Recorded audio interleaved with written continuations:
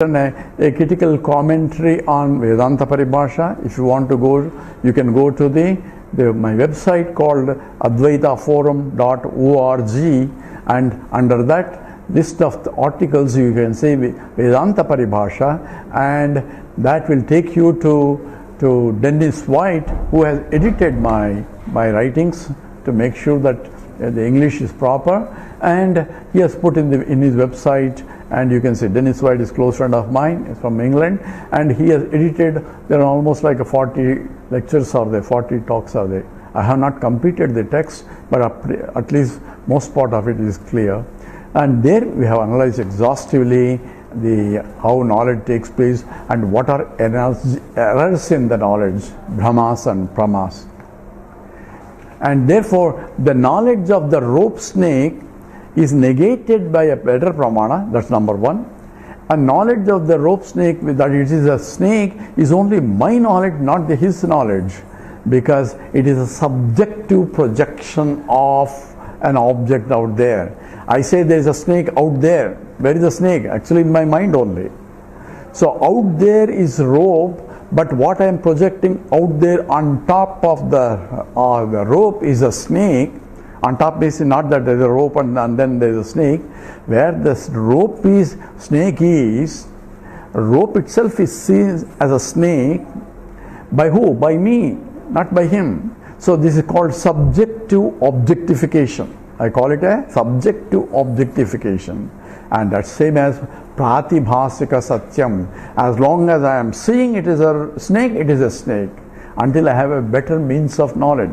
As long as I am dreaming that the tiger that is chasing me is real, he is a tiger is real, I better save myself. So for a dreamer, dream world is real, and as long as he is in the dream and he doesn't think it is a dream, for him that is a real world, because he doesn't know the waking world. Therefore, for a dreamer, dream is not a dream as long as he is in the dream. Same way, for me to see a snake, it is a snake as long as I don't see the rope. But this is my subjective projection, but an objective projection. This differs from the clay and the pot, or the ring and the gold. How? Because even though I know that it is a clay by analysis, even though this is really gold and not a false gold by analysis, by getting an expert opinion who analyze that by spectrochemical analysis or other analysis or density analysis, he determined that this is indeed a specific gravity call, indeed is a gold. That's how the Archimedes says eureka, eureka, based on that. So when I know that it is indeed gold, then I can still see a ring. Once I know it is a rope, I don't see a snake anymore. Because where happened to the snake? It went wherever it came. If it's really gone somewhere, that's a real snake. It came from my mind, my mental projection on the object out there. That's called pratibhasika satyam. It's different from the vyavaharika satyam, where transactionally ring is still ring even though it is gold. Yeah, I may understand that it is gold, but still I can differentiate a ring and a bangle. So that's called transactionally real.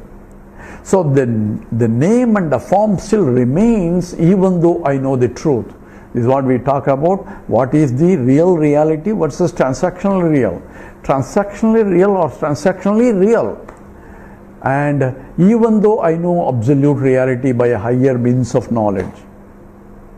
So Prama means Vedanta provides me a higher means of knowledge, just as shedding a light on the rope. I know that now has a better pramana, means better knowledge, then I know that snake is gone. In the same way, when I have a higher means of knowledge, it is called Vedanta pramana, I realize that there is only one pure existence that is all pervading, and at the same time when I see transactionally, I have that vision of oneness there. As long as I keep only that vision, for me there is nothing else other than pure Satchidananda only. But if I come back into the world and transacting, still I am different, she is different, he is different, my bank balance is different, your bank balance is different. There is no confusion in this process. So transactionally real is transactionally real. But it is different from a prativaka. It's not a subjective projection. It's not that I am seeing a ring and you are seeing a bangle there. You are also seeing ring. You are seeing a pot and he is also seeing pot and everybody else is seeing pot only. But you all are transactionally real to me. So at that level, there is no confusion. Pot is a pot and a ring is a ring and a bangle is a bangle. And when you ask me, please bring a ring, I don't have to bring a bangle there or a necklace there. I bring only a ring. Because that's what the transaction is. And therefore, one doesn't say the pot and the clay or the ring and the gold are not really real. Say they are real at that level of understanding, at level of transactions. Only when I go to higher level or the ontological status is higher, from that point of absoluteness which pervades everything, then I don't see this is only apparently real but not really real. Follow? There is a difference between from the reference state in which we are talking. That's why Vedanta, Advaita Vedanta differentiates the Paramarthika Satyam and Vyavaharika Satyam and Pratibhasika Satyam. So most of the examples are rope snake example and shell silver example. All are called Pratibhasika Satyam because they are based on my projection of something other than what it is there, whereas your projection may be different because you have a better knowledge or better means of knowledge. And Jnani is the one who has the better knowledge, at the same time he is coming down at the transactional level and uplift me. So he knows both. That means he has a visa.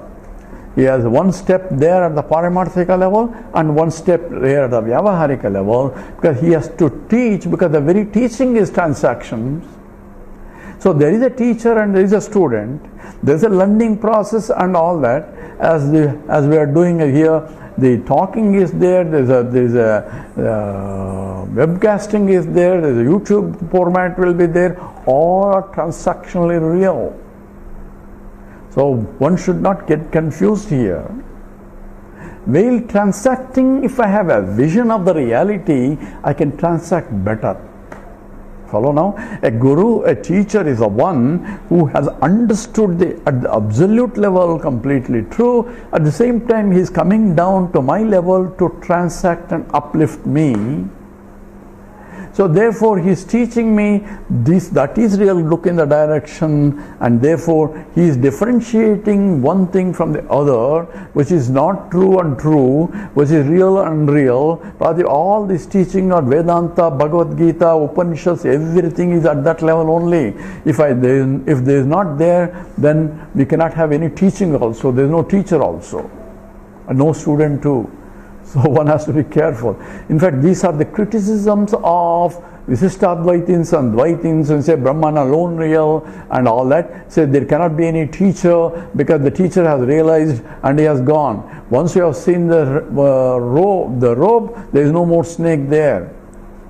So rope snake example is used to say that there is no teacher even because he has realized. Once he has realized, then what happens? Because he cannot come down, he cannot see the polarity. Who is a student and who is a teacher? He cannot see a student even to teach. Said, no sir, at the transactional level it is still there, because it's not a rope snake example is one aspect as called the Jiva Srushti, we call Pratibhasika Satyam. We'll go back into analysis of Jiva Srushti versus Iswara Srushti. And there is an Ishvara Srushti different from the Jiva Srushti. And that level, the Isvara is still there, the transactionally everything is there. Bhakti, Advaitin can have a bhakti where when he goes to a temple, he may do puja and all that. He may do, but his vision will be seeing the beauty of the Lord only. Oh Lord, please help me to see oneness that pervades everything. That is his prayer.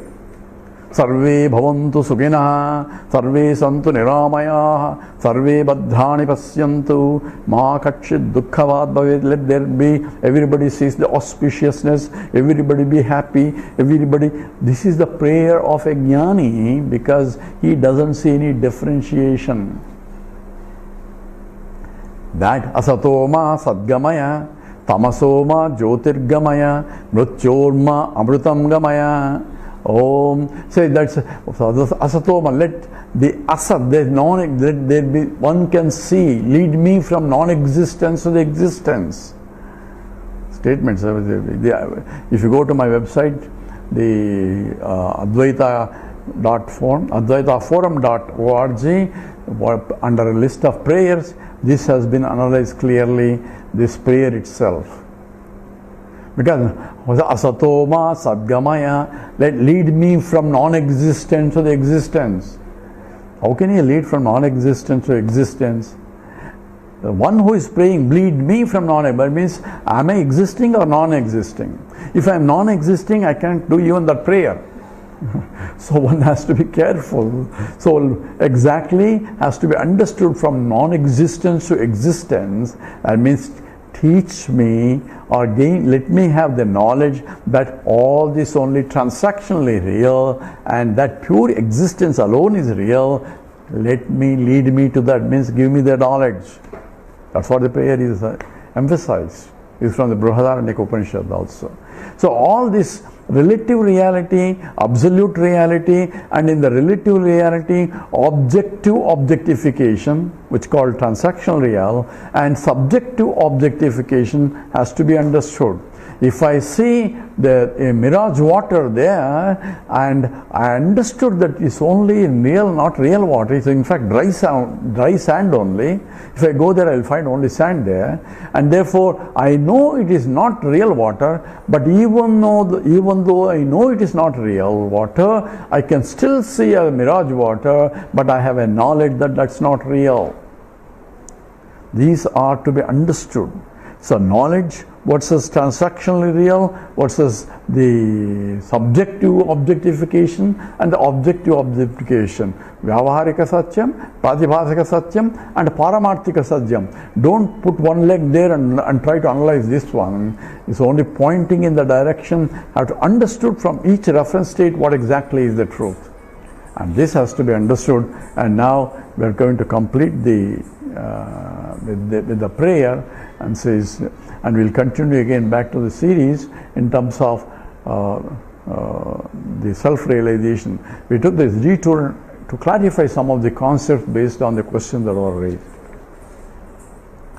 Om Purnamada Purnamidam Purnat Purnamudachyate Purnasya Purnamadaya Purnameva Vasishyate. Om Shanti Shanti Shanti. Harihi Om Sri Gurubhyo Namaha. Harihi Om.